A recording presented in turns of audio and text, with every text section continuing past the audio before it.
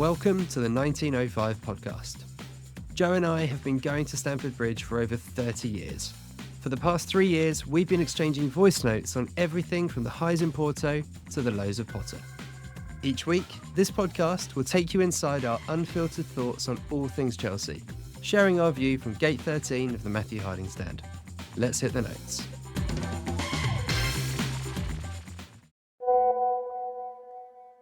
Just watching Cole Palmer there come back on the field and puff his cheeks out pretty much says it all about that performance. We're going to keep it short and sharp tonight, I think, Chris, and do a proper sort of take on it all tomorrow. But for me, I mean, it didn't get much worse than it. That first half was absolutely dreadful. No ideas, no pace in our play, nobody going past anybody.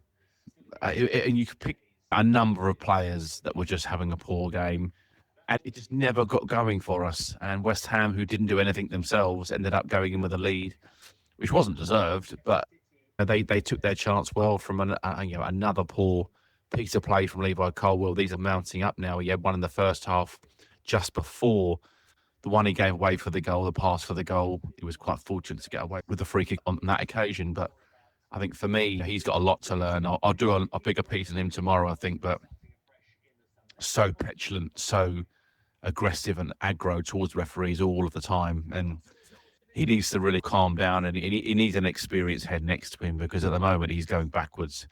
Obviously, he's got Trev back there now to really, who should probably be going ahead of him, because at the moment he's just not good enough. And Tosin's involvement in the goal as well for West Ham. He runs away from Boeing as he's about to strike. It was just completely bizarre. He did the same thing against Ipswich earlier in the season. As for the rest of the game, particularly in the first half, it was just woeful. It was going nowhere. The crowd was so silent. There was no noise. There was no passion behind the team. The fans were waiting to be woken up for a goal to go in, and it was hard to watch, I'll be honest with you. It was really hard to watch. Jackson's involvement was basically pathetic.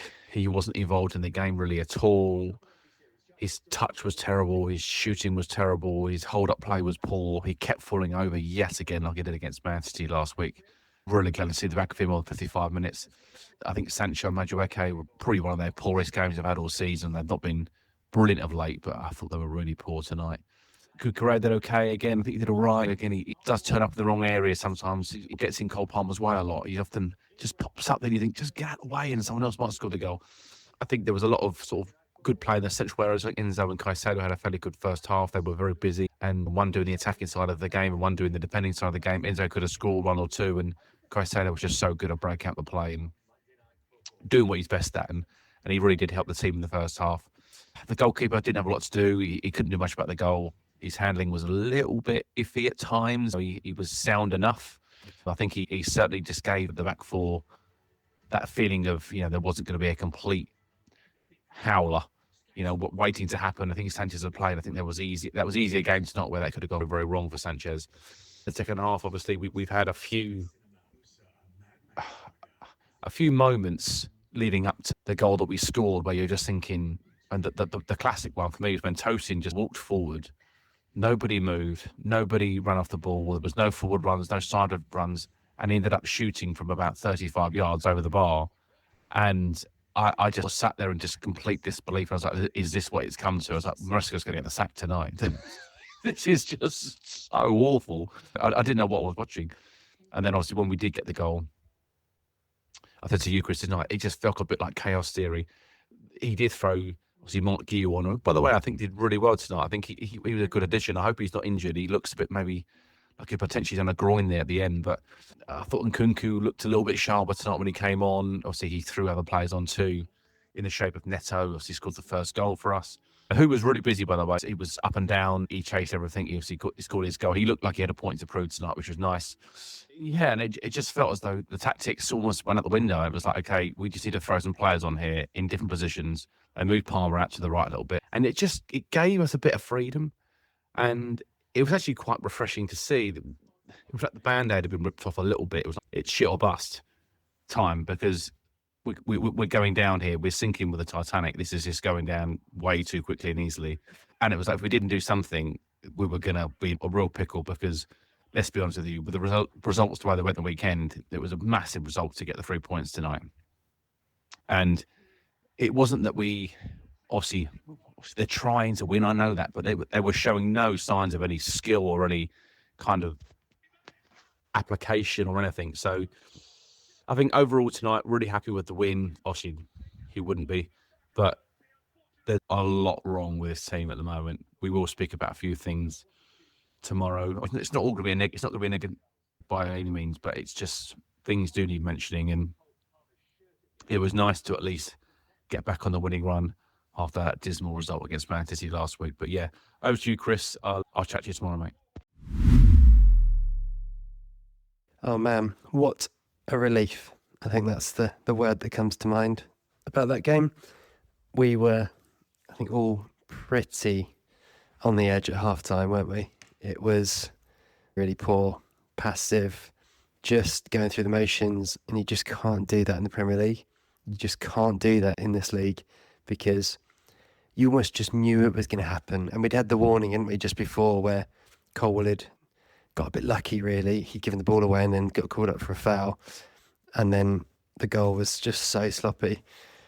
And I don't know if any of us, I don't know if there's many fans who had a huge amount of faith the way we were playing. Like you said, Joe, it wasn't looking good. And do you know what? It was just nice to have a bit of luck and a couple of things go our way. The equaliser, let's be fair, but could easily have been, easily not been given. I was screaming at VAR to not disallow it, obviously, but I think we got a bit lucky with the Colwell foul on the halfway line. And yeah, you need that. And then obviously the winner is lucky by its nature, but just a massive relief. And you just hope that we can build a bit of a head of steam again and get our season back on track, because obviously quite a few results went our way at the weekend. Man City got a really tough run of fixtures ahead of them. Their result this weekend just made our performance at their place just all the more frustrating, didn't it? But talk about Chelsea, if we can put a little run together after this, you just hope that maybe that's what sometimes you need a bit of luck and things start going your way again. A lot of players don't look on it, did Jackson? You've been screaming at me about him wearing the wrong boots and how frustrating he is. He just doesn't look right, does he? Noni, just flatless to deceive. And I think there was a few players who came on there that really, you've done exactly what you need to do. If you're Pedro Neto, I thought that was his best game for us for months, and maybe his best game in Chelsea's shirt. I can only think of the Arsenal game where I thought he played as well. I thought his work rate was fantastic. And Mark Gui, who, let's be honest, a lot of us thought he's very raw, he's maybe not Premier League quality yet.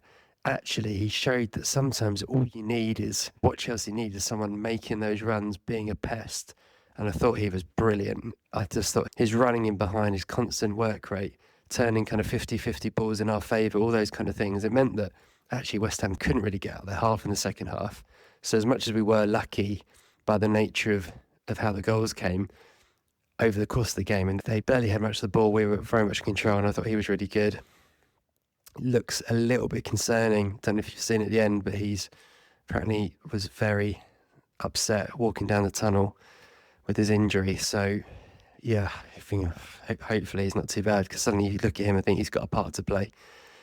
And Chelsea, of course, we've got about an hour left of the transfer window. It doesn't look like they are going to be bringing the centre forward, which frankly this January window is looking slightly bizarre, isn't it? Because all we've really done is weaken ourselves by basically loaning out a few of the players we spent about the best part of 80 million on in the summer. So a very strange window, but probably one for a separate note once the dust has settled. And the biggest thing for me was the thing they said in the last pod. I think it's the most nervous I've been, which is a weird word to use, about the team being announced. I literally just kept checking my phone just on the hour to see when the team would be called. And the only name I was looking for was a goalkeeper. And Jorgensen, as you say, wasn't brilliant, but wasn't bad. And it's a weird thing, isn't it? It's almost just a mental thing of just knowing that Sanchez wasn't in goal. You just felt a little bit calmer. And there was just a couple of occasions where Jorgensen went long because there wasn't much on, whether that was from a goal kick or he actually played a really good ball with his left foot out to again, a really good run that Mark Gui made. Again, a 50-50 ball into our ball. And it's just using your head, it's game management.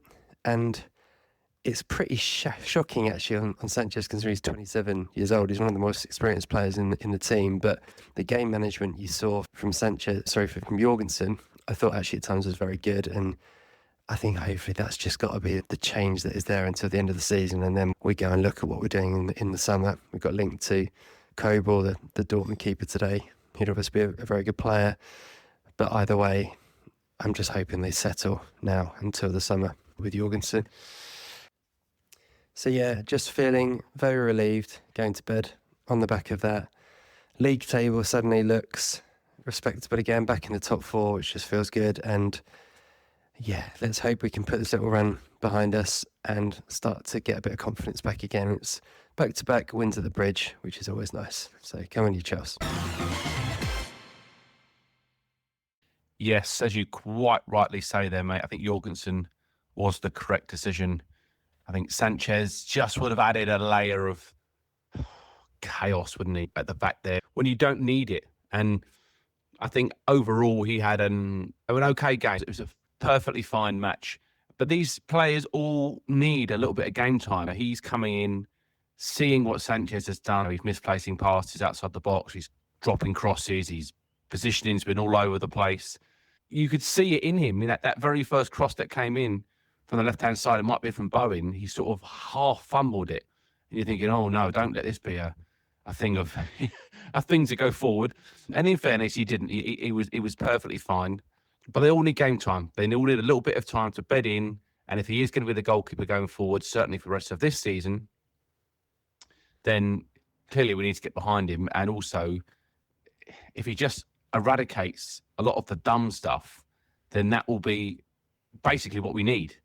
It's a shame the back 4 conceded again. There's another sloppy mistake from this time from Colwill, and not helped out really by his mate Tosin, who could have done a lot better for the shot. But Colwill was clearly to blame for that situation. He's made a lot of these mistakes. He's also been, like I said in my first voice note there, if you watch him closely, he's always very aggressive towards referees. He's always like looking for excuses, is the best way I can describe it.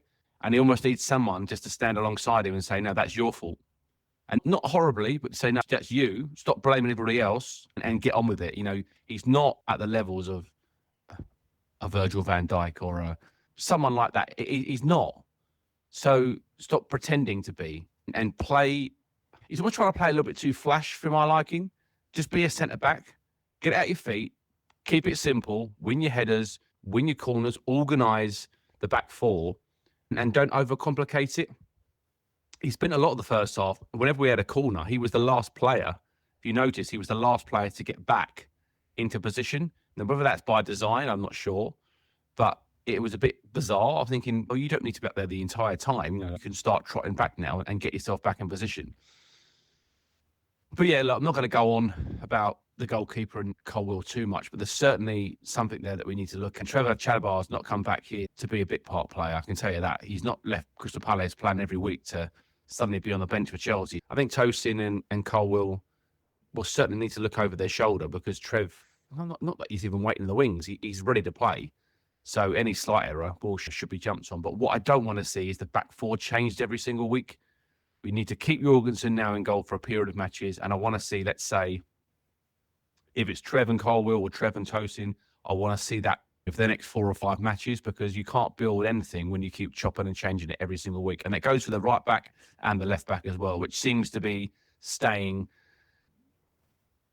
fairly neutral at the moment. They both seem to be playing in the team over Gusto. Vega's not there anymore. Nor is Chil. So Gusto's kind of locked that position down. Cucurella's locked that position down. Just on Reece James very quickly, it was very noticeable in the second half. He did look slow. Chris, you mentioned it, and I watched it myself, and I was like, "Oh, wow."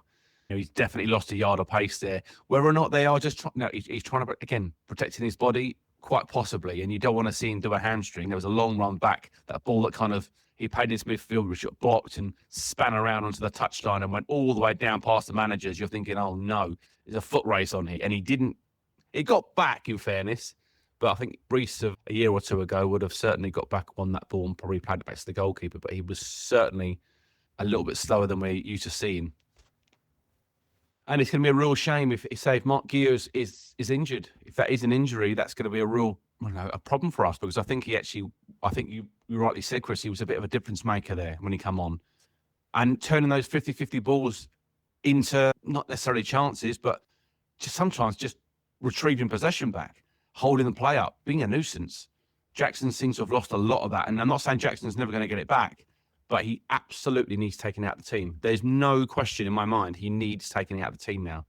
Maresca's come out the day before yesterday and said that he's basically been unfair to Nkunku and he needs to give him a lot more time, a lot more game time. And I think that's correct. I think he does.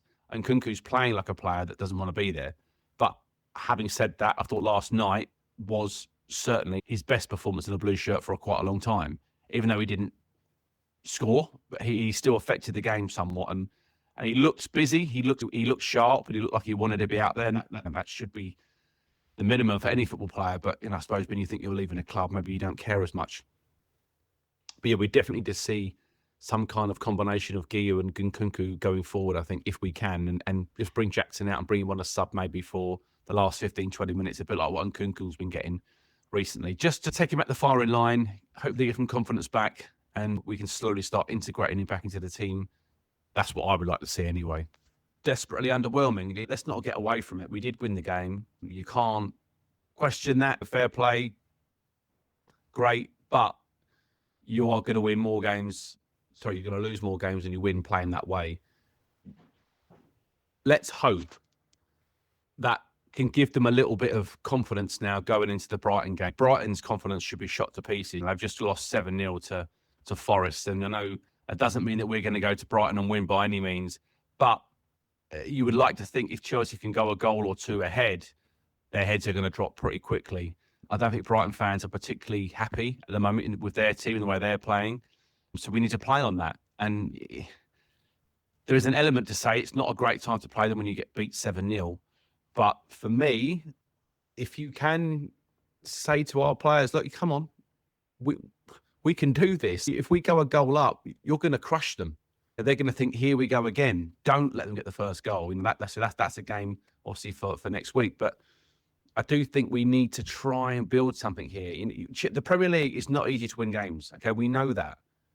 But if Chelsea have any aspirations of this top four, top 5 position, they have got to go to a few of these places and start winning. We can't keep drawing and losing. And we've had, 2 wins in 3 now, Wolves and West Ham last night.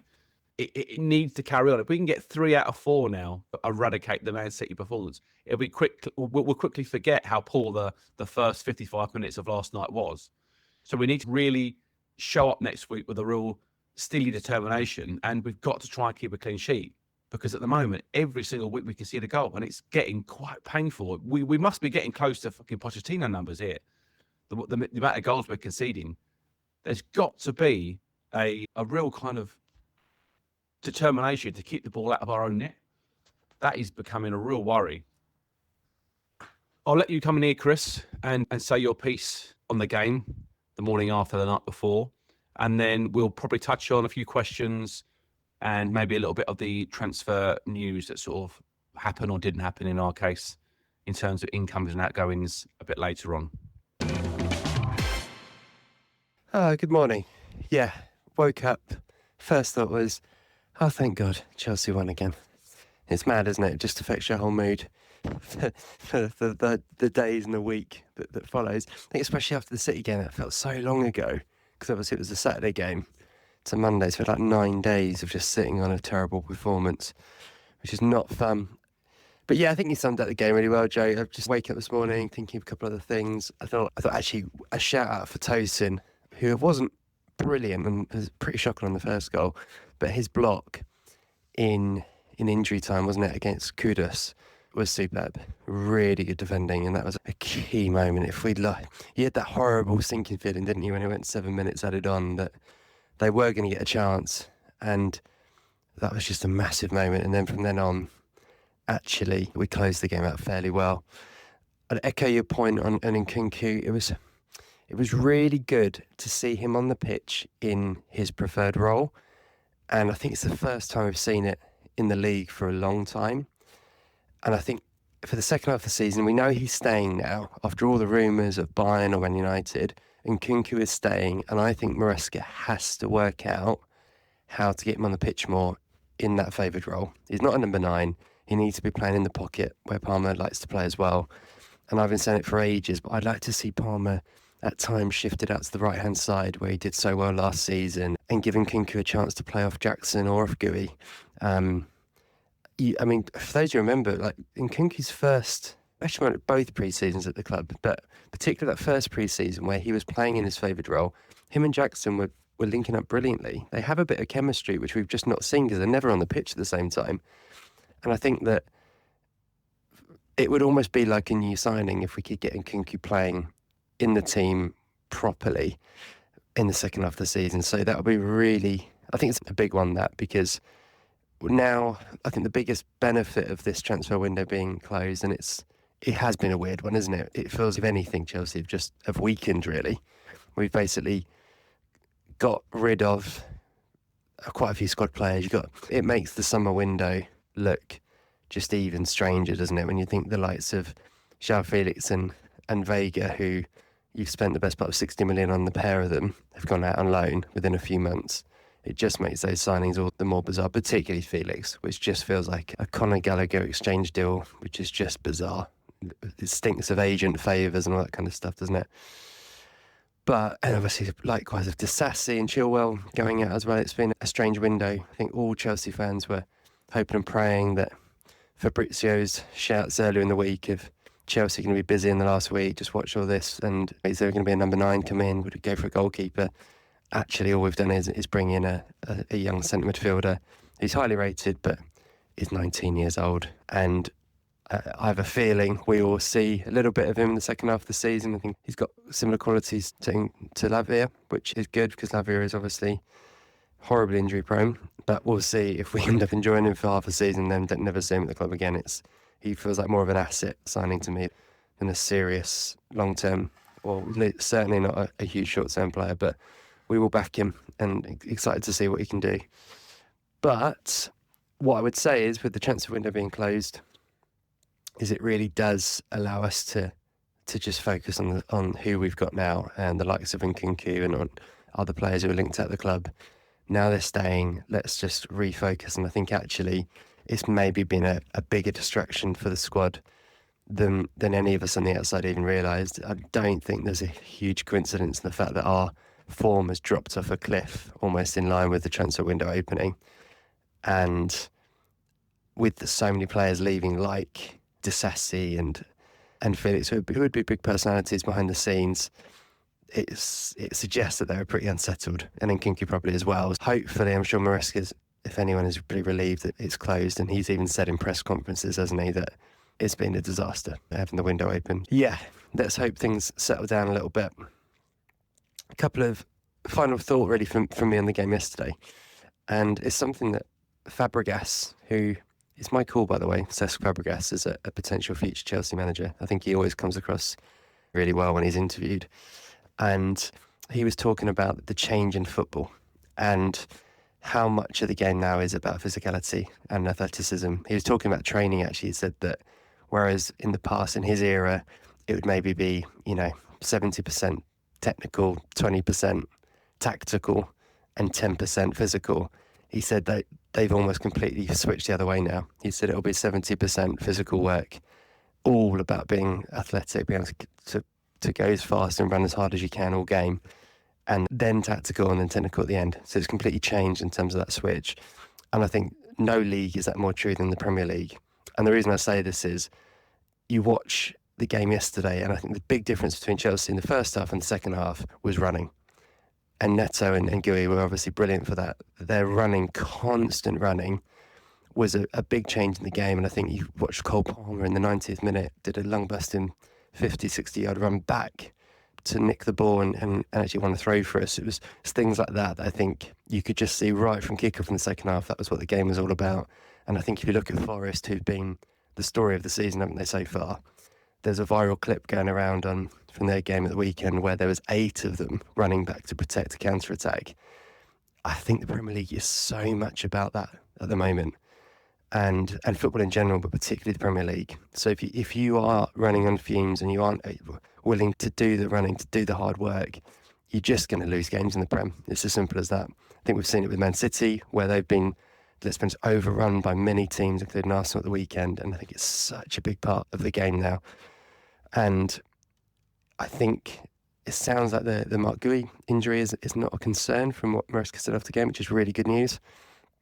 And I think he needs to start using his squad better for that reason, if nothing else. It was really good to see him being proactive with the subs yesterday. I think it was a real step forward. One of the biggest criticisms we've had from him in the last couple of months has been not being proactive. He was yesterday, so let's give him his flowers. And he has to, in the second half of the season, start using that squad a lot better. Onwards and upwards, and it's Brighton next in the Cup, back-to-back against Brighton. But yeah, let's answer some questions that we got in by email. Right, we've had a lovely email in from Benjamin Mack from Boston, USA. So thank you very much for the email, Ben. And if anyone else wants to get in touch with the show, you can email us at hello@1905podcast.com and we'll send you a 1905 sticker for the pleasure, which you can see on our Instagram as well, which is 1905 podcast. So thanks for your questions, Ben. And there's a few areas that we covered, but I think the two main ones are on the striker option, which is, should we be playing Jackson more? He makes a lot of great runs and he doesn't feel like he gets the ball as often as he should. And what are the alternative options up front for Jackson? And the second one is on the goalkeeper, with Sanchez, as you say, being decent enough, but his turnovers making so many mistakes. What is our best option long term? I'll talk to the first point, and then I'll bring Joe in on the goalkeeper situation, because I think it's likely that we're going to need to look at a long term scenario there. I think in the striker situation, I think we probably saw in the second half of the game yesterday that with Mark Gui coming on, a lot of the job of that role is the constant running and pestering. It's why Nkunku hasn't looked right as a 9 in this system and in the Premier League, because so much of the work is to occupy the centre forwards and effectively create space for the other players. When you look at Chelsea at their best and Jackson at his best this season, it has been really stretching the pitch and creating obviously space for Cole Palmer, but also for the wingers. And I think what we've seen with Jackson's fall really in the last, I guess what you've got to be 6-7 weeks, is he just hasn't been doing that enough. I think whether you criticise the service he's getting, I think sometimes that's true. I think sometimes he doesn't help himself. He's offside far too much, and as Joe's current pet hate is, he doesn't ever seem to be wearing the right boots. He keeps falling over at the moment, but a lot of that comes with confidence as well, and just being a bit more assured in the way he's playing. I think that in the short term, we've got to stick with Jackson for this season. There's no doubt, but I think he needs to start giving Mark Gui some game time. We've seen Dacha Fofana come back from loan. I don't know whether they see him as a genuine first team option, but he hasn't done much in the last year or so. But on that little loan spell he had at Burnley in the Premier League just before season before last, he showed a couple of signs of being a player. He can strike a ball really well. So that will be one thing to look out for. But I think the real change in striker has to be in the summer. I think it's blindingly obvious that Chelsea need a centre forward who can really occupy the box. Particularly in the first half yesterday, the amount of times Chelsea were getting into really good crossing positions, actually putting good crosses into the box, but you felt you never really fancied us. It almost feels like Cucurella's our biggest threat in the box, which is insane. And you've got players like Reece James now on the pitch, and obviously his final ball is unbelievable. You've got Palmer doing the same. You've got actually a lot of players who can put good balls in the box. Pedro Neto, I think, is a really good cross of the ball and an incredibly two-footed player, by the way. And the lack of a threat with your head in the box is actually quite frightening. When you think of the great Chelsea teams of old, with its Costa, but particularly Drogba and Crespo and people like that, who just scored brilliant headers, Jackson, let's be honest, is pretty terrible with his head. And you look at the goal that, say, Haaland scored against Arsenal, there's just no one in the Chelsea squad at the moment who would score a goal like that. He was a proper towering header back across goal. And actually, they don't have to be particularly flashy, incredible goals. You just put a ball into the right box and someone who really wants to attack it with his head. And I feel like that's the type of player that Chelsea desperately need as a plan B. It's why John Duran was, for me, a really appealing option. I think it was a real shame that deal didn't happen in the summer when it would have been at a sensible price, because he's just quite a different sort of threat to Jackson. He is a proper, I guess, old-fashioned. He just smashes his shots away, doesn't he? And is a bit of a beast in the box. But I think that's the sort of profile of player that Chelsea clearly need. And I think Joe and I will both say, as much as we've been frustrated with Jackson in the last weeks, I think both of us do really rate him as a player. I think there's a very good player in there. He's just still very raw. His background, which is that he didn't come through your classic academy system and was a bit of a street footballer, came into the game a little bit later. I think you see that sometimes in his lack of technical ability.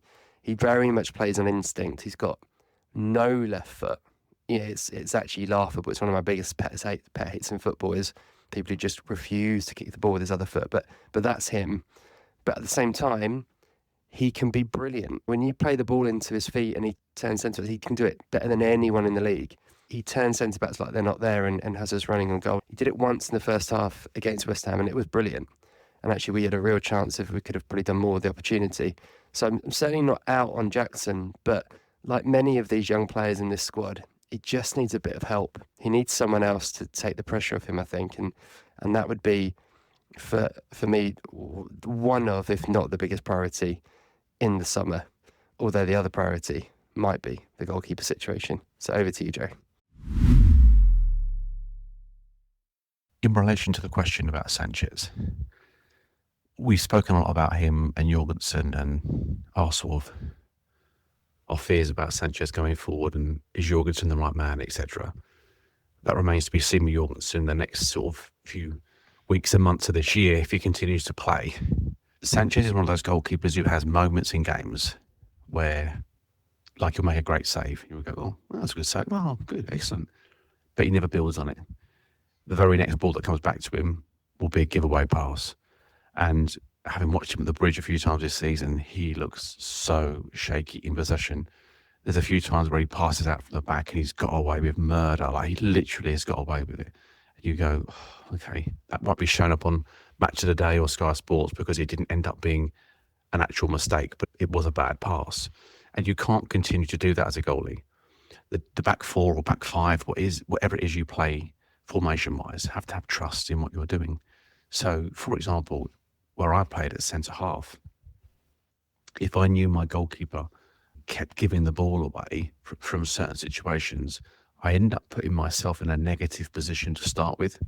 If Maresca's asking, say, Levi Colwill and Tosin or Chalobah to play higher up the field or be in this position when this happens, you'll find naturally, because they're thinking, oh my God, he's going to get the ball away again in a minute, you revert to type, and so you negatively drop back, or you fill in, you fill positions that you might normally fill because you're thinking, if I go there and that happens and he gives the ball away, I'm going to be out of position, and then you look stupid. And so the whole thing has to work as one. And that's why Maresca's system with Leicester works so well with their goalkeeper, because everyone trusted in what he was going to do and he never gave the ball away. And you can forgive one or two half mistakes, if you want to call them that, in a game where, when it happens one every 6 weeks, a slight pass goes awry, but it doesn't end up causing an issue. It's just a slight bobbly pass or something. That's forgivable. It's not forgivable to be constantly giving the ball away outside your box into midfield. Whenever the ball comes back to Sanchez, he's completely and utterly freaked out by it. You can sense that he gets the ball out of his feet, and teams sometimes let him have it a little bit, and then in the next 2 or 3 phases after that, they go for him. It's almost like they're roping him in and say, yeah, go on, you can have the ball, you can have it. And then suddenly, bang, and they go like, now we're going to get you. And the moment they put any pressure on him, he's done for. So Chelsea area there, obviously they're quite covered, as people are probably pretty familiar by now. We have a lot of goalkeepers on the books. The one they seem very keen on is Mike Penders. Now, the only issue I have with Mike Penders is that I think he's 19. I think he'll be 20 when he comes to Chelsea next season. He's on loan currently somewhere. It's purely his age. Goalkeepers tend to be better when they get older. Now, Mike Penders could be an exception to the rule. But I don't think it's ideal to have a 19, 20-year-old goalie as your starter, because the moment any pressure gets put upon them, that's when they start to crumble, and then that's when they could fall out of the game a little bit and fall back into the number 2 position before being loaned out again and going somewhere else. So I think that we have to be very careful with that position. We have to be very mindful that someone like Penders might need some help. So if it is Jorgensen, if Jorgensen does turn out to be a very good goalkeeper and a sound goalkeeper, then we might not even need Mike Penders. Or if they're looking at him as, okay, we want him to be the goalie in the next 3 or 4 years, then Jorgensen might serve a purpose for 3 or 4 seasons before bringing in the guy that you actually want. But you need to have him around the club, learning the way Maresca plays, or certainly going to a team where you feel as though he's getting that sort of teaching and learning from their coach, the way that Chelsea play. Now, of course, we have Petrovic on loan at Strasbourg, who's doing really well by all accounts. What I would say is this: the level of football is not the Premier League. It's just not as high. It's not. Doesn't matter what anybody says. You can't convince me that the League is the same as the Premier League, because it just isn't. By absolutely all means, in the summer, we need to bring him back and have a proper look at him, because if he's acquired some extra skills, because Petrovic's kicking last year wasn't great. He was more of a straight down the middle man. He wasn't happy playing out from the back. Which is fine. Peter Cech wasn't like that, but he was still a great goalkeeper. But if you do want to play a certain way, your goalkeeper has to have a certain level of skill with his feet. By all means, let's bring Petrovic back and have a look at him, because he deserves a chance and deserves a second chance, because he did nothing wrong last year, really. By all means, let's see him. And if it's not Jorgensen, if it's not Petrovic, and it's not Penders, then of course the chances are we probably go into the market again, which is bizarre. It might happen. So obviously, Chris, you've mentioned we were linked with Kobel from Dortmund. And there's a few goalkeepers out there that you would like. That Marman Ashvili that's gone to Liverpool, who will be going to Liverpool in the summer, over 28 million. It was an absolute snip. He would have been someone that I would have been really keen and excited by, purely because his physical presence is huge. But maybe he just didn't fit our player profile. What I would say is this on our transfers very briefly, is that we are signing a lot of players, and it is hard to get excited by a lot of our players because they're so young, 18, 19, that you feel as though, are they ever going to break into the first team? Santos is doing really well. Obviously, he's at Strasbourg. Is he going to come back and play, or are we going to sell him? Is Ugochukwu going to come back and play, or are we going to sell him? It's difficult to get behind anybody of the 18, 19-year-old bracket without fearing that we're just going to sell them on. Is Mike Penders going to be sold on for profit? Is Petrovic going to be sold on for profit? And it's a very hard thing at the moment to be convinced by anybody that we sign, because you feel as though in the next 6 to 10, 12 months, we could just get rid of them and they never play for Chelsea. So it's hard to get behind a signing that you make for 10, 15 million, which on the face of it sounds like a lot of money, but nowadays it's chicken feed. So yeah, the goalie is a huge concern. Chris has obviously spoken about Jackson, but if it's an area we can get right, it does set you up for many years of success. So it's a huge position for Chelsea to finally nail. Whether we will or not is there for all to see. So I'm hoping that one of these guys turns out to be good, turns out to be consistent. That's what we're lacking, is consistency. We certainly want to give Jorgensen, like I said in my note earlier on, some time to bed into the team and give us a solid platform to build from. And I think he could be good, Jorgensen. I've liked him from the very beginning. I think he's got good hands. I think he's got a good presence. He's a good size, great shot stopper. And let's just hope that he can, certainly for this season, keep the back four as stress-free as possible and allow us to play some good, confident, consistent football, because at the moment we're a bit up and down. I hope that sort of answered the question slightly, but I think Sanchez, certainly for me, is out. And if he does come back into this team, I think he's only going to put a target on Maresca's back personally, because any mistake he makes from any mistake now, in any game he plays, is going to be called upon as a mistake or an error of judgment on Maresca's part. So he needs to look after himself as well as looking after Sanchez. So he's given him enough chances. He's really backed him a lot of games. And I think now is the time where we have to just say, thanks, Sanchez, for what you've done. But actually, in the summer, you're going to be sold. Hey, it's Chris here with a really quick message. Check us out on Instagram at 1905 Podcast. You'll find video clips, photos, and much more about everything we discuss on the show. Plus, it's a great way to get in touch, to tell us your thoughts, share your feedback, or just say hi. Follow us on Instagram at 1905podcast. And now, back to the show. Right, well, let's finish this week's podcast episode with a bit of a summary of our January transfer business, or there's been a lack of. It's a pretty underwhelming window in terms of incomings, isn't it? Really, two to speak of, one being the return of Trev Chalobah, which we've talked about it on the podcast before. I think was a really sensible call around, and let's be honest, just a fix of a bad decision made in the summer with Disasi chosen over him in the squad. And I think we all, as Chelsea fans, could see that was a bad call. And already Trevor's come back and shown his quality, hasn't he? He played really well against Wolves, of course. Actually, even in just 5 minutes yesterday, he just calmed things down when he was on the pitch, I thought. And he will have a big part to play until the end of the season. And I think most Chelsea fans would like to see him kept around beyond the summer, but let's wait and see what happens there. And the deadline day signing of someone that I'm guessing most Chelsea fans had not heard of until yesterday, Matisse Amagu, who is a centre midfielder. I've watched a few highlights of him. He looks a bit like a Romeo Lavia light, actually, in his style. Dreadlocked player, very cool, very calm on the ball. And Fabrizio has come out and said that the plan for him is to stay for 3 months, develop with the Chelsea squad, and then to go on to Strasbourg from the summer, where he'll be a starter. And the interesting thing in that update is that Andre Santos will return in July to Chelsea. So I guess the question for him is, will we even see him in a Chelsea shirt?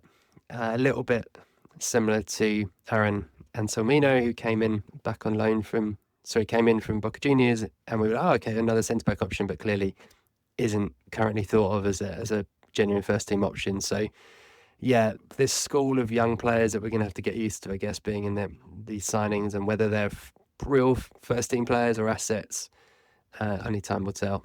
But yeah, not much coming in. I think most Chelsea fans, us included, were screaming out for certainly a centre-forward, if nothing else, to come in, but nothing doing in that respect. And then a fair number of outgoings. A great move for Ben Chilwell going to Palace.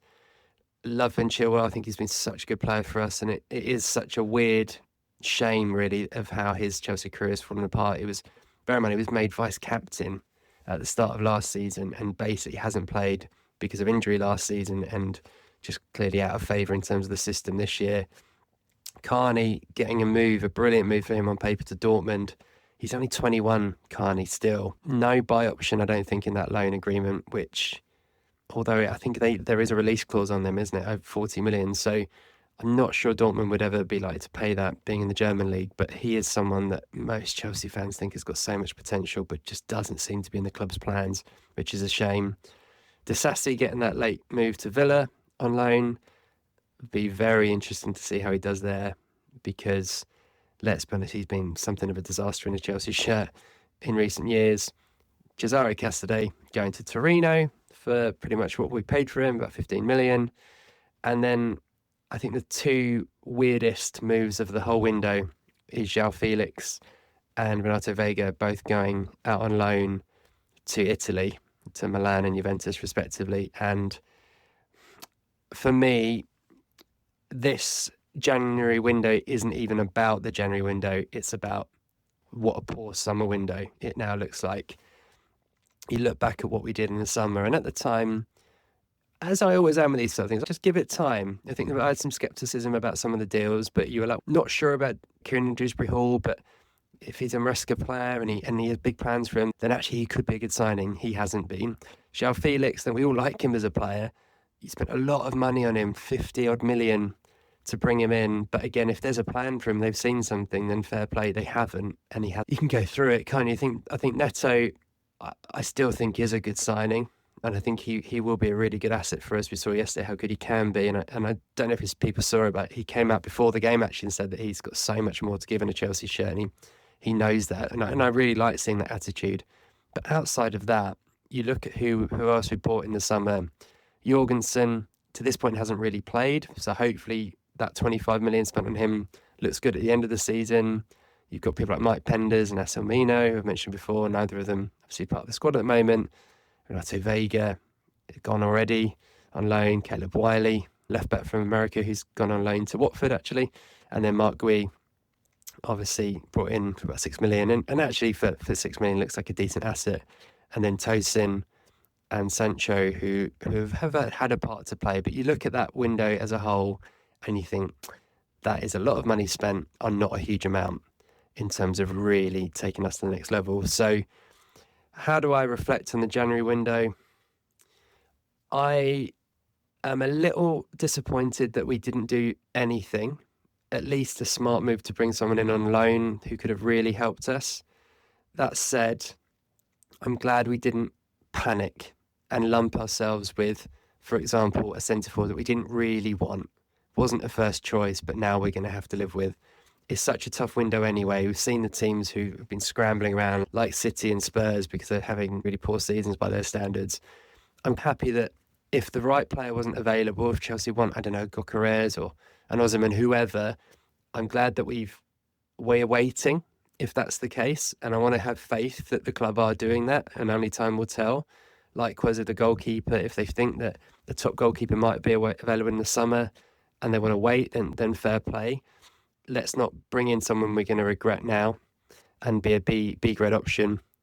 But we have to do that in the summer. We have to. We'll talk more about it at the end of the season, but it's blindingly obvious to anyone who watches Chelsea that they need a goalkeeper, a centre-back and a centre-forward. We probably don't need a huge much more than that, I don't think, to have a really good squad. But there are 3 positions there that we need quality in, as we've already talked about. Yeah, January window done. I think it's good that it's over. I think, as we've said, I think we can just focus on this squad to the end of the season. And yeah, let's hope that we go on a little run now, create ourselves a bit of space and can start to feel good about our top 5 or top 4 hopes, wherever it works out with the Champions League. Up the Chelsea and see you next week.